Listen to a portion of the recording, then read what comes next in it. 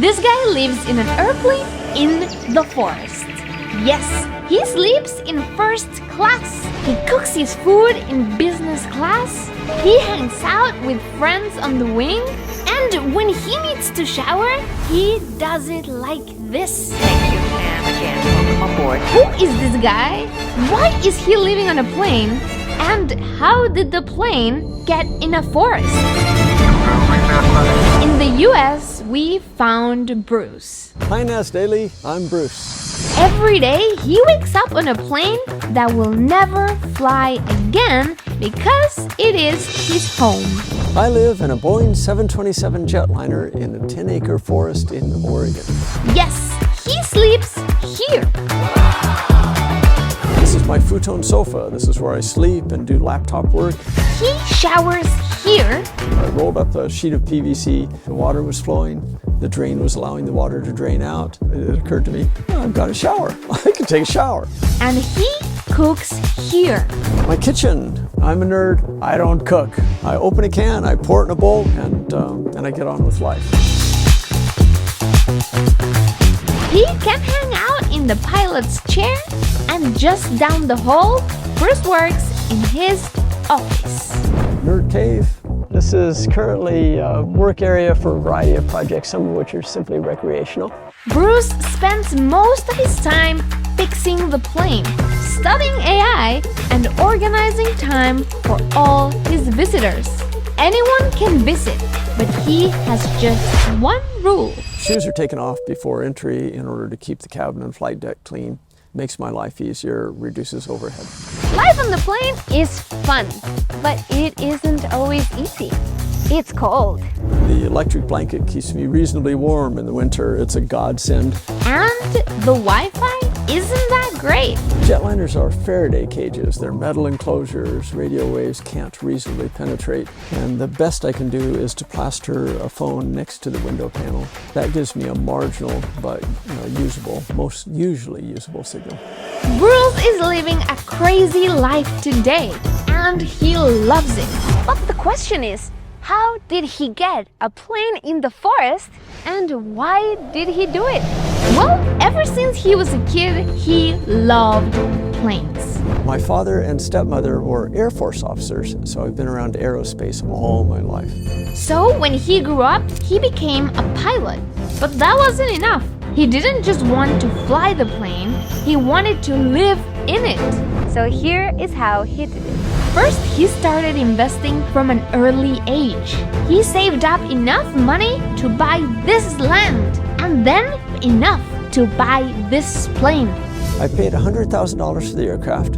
It was flown by Olympic Airways, which was owned by Aristotle Onassis, and you can see many of the Greek elements inside the aircraft. The plane flew from Greece to the US. The fuel was removed, and then the plane was wheeled from the airport through the town all the way to his land.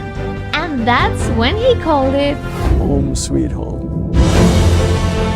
All of this cost hundreds of thousands of dollars. Luckily, living here is pretty cheap because his rent is less than $400 a month. I pay about $220 a month in property taxes, and my electricity expense is between $100 to $200 a month, depending on the season. Bruce is living a crazy life. 50 years ago, people were living in houses like this and this, and people thought he was crazy to live in a plane. But he didn't care. He did it anyways, and now he's living a happy life. Life is too short to do normal. So no matter what your dreams are, be crazy enough to make them come true.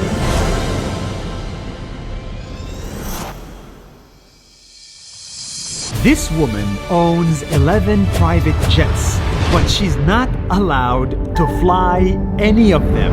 Hi NAS Daily, I'm Kanika. Who is she, and why does she have so many jets? 9 planes and 2 helicopters. And why can't she fly them?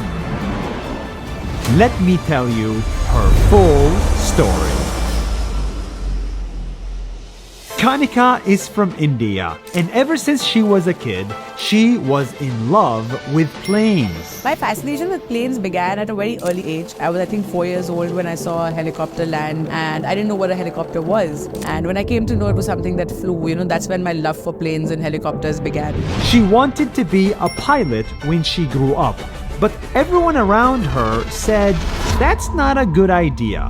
Her family and teachers told her that it's better to be a housewife than a pilot. I always wanted to be a pilot, but like I said, I belong to a very orthodox Indian business family where girls didn't work for other people, where girls didn't do jobs. We either worked in family businesses or we didn't work at all. So when she grew up, she came up with an even better idea. If I can't fly them, I'm going to own them. Yes, she raised money from investors. She bought a plane, but she didn't buy it for herself. She let other people rent it just like a taxi. It is the Uber of the skies. Yeah, it's like Uber, but with more luxury. Because inside her planes, it looks like this. People loved renting her planes, and soon enough, she had to buy more planes and more planes. She bought another and another and another until she had 11 planes today. I have 9 planes and 2 helicopters. And this isn't just for CEOs and celebrities. It's also for people who need medical care. For example, say if someone's passed away and they have certain organs available which can be used by some other person, we do organ transfers from point A to point B. We do emergency response and rescue missions. We try to leave as much of an impact as we can.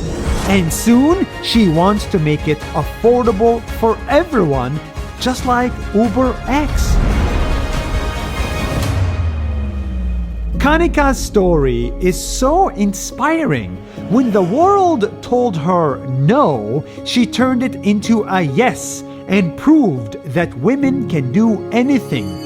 I think the biggest misconception the world has about women is that women can't do anything. Well, women can do everything and more. Believe in yourself. You have to be your biggest motivator, your biggest supporter, your biggest encourager. Don't let other people walk over your dreams. If you believe it, you can do it. They can be housewives, they can be engineers, and yes, they can even own 11 private planes. The man you're looking at is the best in the world at building a paper airplane. Yes, the paper airplane we all tried to do as kids. This guy does it professionally. His unique airplane can travel as far as 70 meters. How does he do it? And how can we do it too? In California, USA, I found John. Hi, Nas Daily. I'm John Collins, the paper airplane guy. John makes airplanes magical. They can go forward, upside down, or even just stay in the air for a long time. There's something magical about it. It all started when he was 9 years old. Like any other kid, he loved folding paper planes in class. I've always loved things that can fly, to birds, to full-size aircraft, and the idea that you could somehow replicate that magic with just a simple piece of paper. It just fascinated me from the very first time till right now. But when most kids stop when they get older, John kept going. Most people are just going to throw away casually. You could take that and turn it into a flying machine. And from very early on, that to me was magic. And while others saw boring old paper, John saw an opportunity to create. So John wondered, just how long and how high can he fly this piece of paper? You know, a lot depends on how you fold these planes. And it's really important to be as precise as possible with the edges. That's why for 40 years, he's been learning how a real plane flies, so he could copy the same physics in paper. Most people don't realize that each little paper airplane throw is like a science experiment, and that you can actually do science with these paper airplanes. Plane after plane after plane, they got better and higher, until one day he beat the Guinness World Record 69.14 meters in 9 seconds. That's as long as a football stadium. This was a really big moment for me because I managed to show the whole world how much these tiny little airplanes can do. And this tiny paper airplane earned him a place in history. I made the world record plane with just 8 simple folds, and I named it after my wife, Suzanne. John isn't a scientist and he is not an engineer. He's just a grown-up kid who never stopped being curious. And that's how he built the best paper plane in the world.